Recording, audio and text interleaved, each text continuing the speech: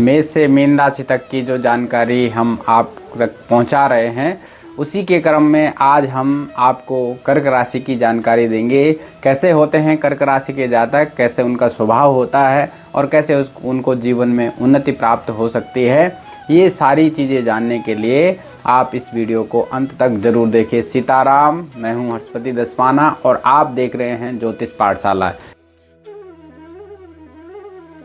यदि आपकी या आपके किसी जानने वाले की भी राशि कर्क राशि है तो आपको ये वीडियो अंत तक जरूर देखनी चाहिए।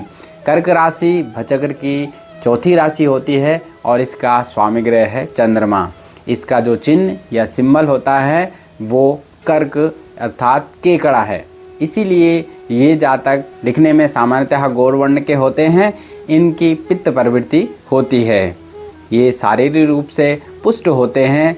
देखा जाए तो शारीरिक रूप की अपेक्षा इनमें मानसिक शक्ति अधिक होती है तथा बाहरी रूप से कठोर दिखने पर ये अंदर से नरम दिल होते हैं। ये अंदर से भावुक होते हैं और संवेदनशील होते हैं। दूसरे के कठोर वचन इनको शीघ्र ही प्रभावित कर लेते हैं और ये अवसाद से ग्रस्त हो जाते हैं। इस लग्न के जातक शांत प्रवृत्ति के होते हैं। ये यात्रा प्रेमी, प्राकृतिक वातावरण से अधिक लगाव रखने वाले होते हैं।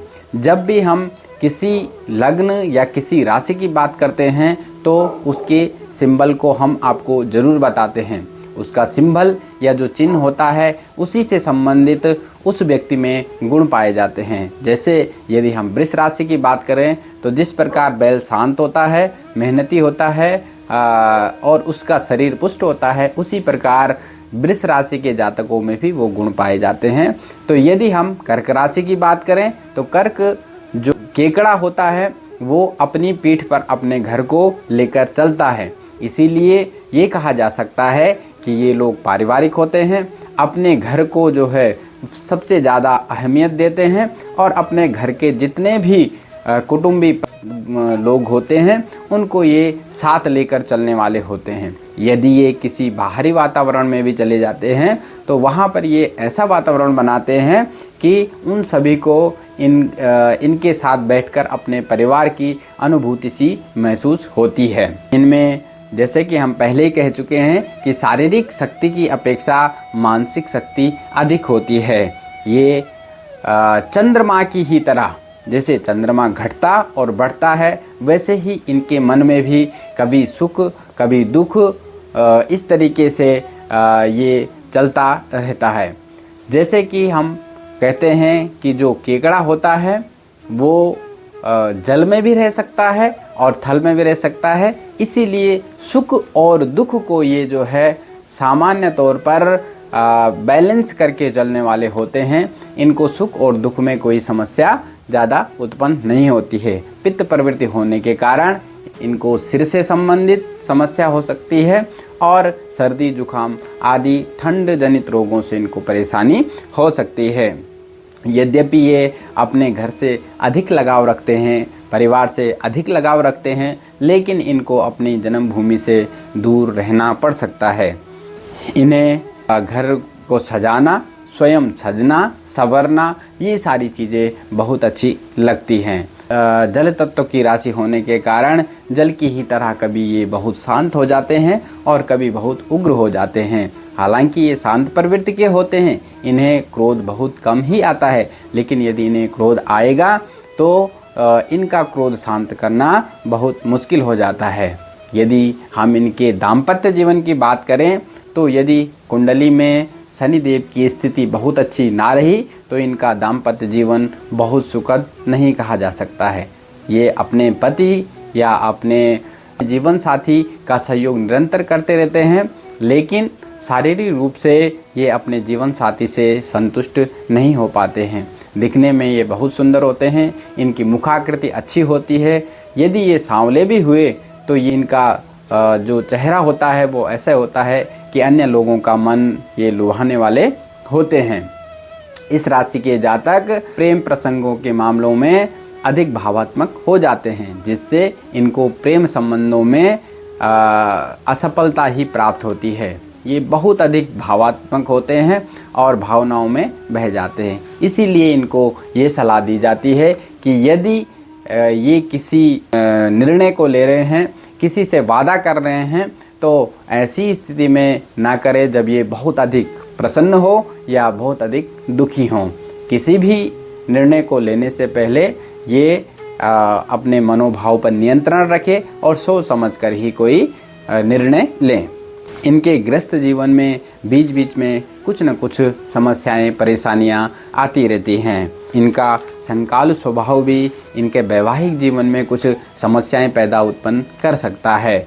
अपने परिश्रम से ये जीवन की सारी भौतिक सुख सुविधाओं को जुटाने में समर्थ होते हैं। ये जातक राजनीति, सरकारी क्षेत्र, किसी सम्मानित पद को प्राप्त कर सकते हैं। इस लग्न के जातक या इस राशि के जातक कवि, अच्छे लेखक, दार्शनिक, साहित्यकार एवं भविष्यवक्ता अर्थात ज्योतिषी हो सकते हैं। आयात निर्यात, कपड़ा आदि के व्यापार में इन्हें उत्तम सफलता प्राप्त हो सकती है। इस राशि के जातक यदि ऐसे शहरों में, ऐसे नगरों में जाकर कार्य करें जो किसी नदी या समुद्र के किनारे है, तो वहाँ पर इनको उत्तम सफलता प्राप्त हो सकती है और अधिक लाभ प्राप्त हो सकता है।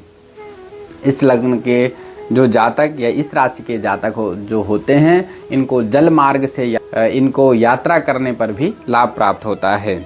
यदि इनके भाग्योदय की बात कही जाए तो सामान्यतः इनका भाग्य 22वें वर्ष में होता है, लेकिन इनके जीवन के 22, 31, 40, 49, 67 ये सारे जितने भी वर्ष हैं ये इनके लिए अति उत्तम होते हैं और इनके जीवन में महत्वपूर्ण होते हैं। धर्म में इनकी गहरी रुचि होती है और धर्म कर्म के कार्य ये लगातार करते रहते हैं। यदि इनको मानसिक अवसाद से बचना है और इनको अपने मन को शांत रखना है तो इनको आध्यात्मिक क्षेत्र में जाना चाहिए, पूजा पाठ निरंतर करना चाहिए।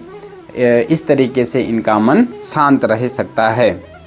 इनको अक्सर, जैसे हमने कहा कि ये पित्त प्रवृत्ति के होते हैं, तो इसका जो स्वामी है चंद्रमा, वो जल तत्व, कर्क भी जल तत्व की राशि है, तो इसलिए इनको सर्दी, जुखाम, नज़ला, गठिया, वायु इस तरीके के रोग शीघ्र ही लग जाते हैं और इन रोगों मौसम बदलते ही इनका स्वास्थ्य खराब हो जाता है। यदि इस लग्न के, इस राशि के जातकों का हम रत्न की बात करें तो इस राशि और इस लग्न के जातकों का शुभ रत्न है मोती, और इसको आप चांदी में धारण कर सकते हैं जिससे आपके जीवन में अधिक उन्नति हो सके। तो ये था कर्क राशि के जातकों के लिए, कर्क राशि के लोगों के लिए जानकारी। और यदि सलाह की बात करें तो आप अधिक सोचने से बचें, अधिक भावात्मक होने से बचें, भावनाओं में बहने से बचें और निरंतर आध्यात्म के क्षेत्र में रहें, पूजा पाठ करते रहें तथा मौसम बदलते ही जो बीमारियां होती हैं उस पर विशेष ध्यान दें, सावधानी रखें। तो ये जानकारी आपको कैसी लगी कमेंट में अवश्य बताएं। तब तक के लिए सीताराम।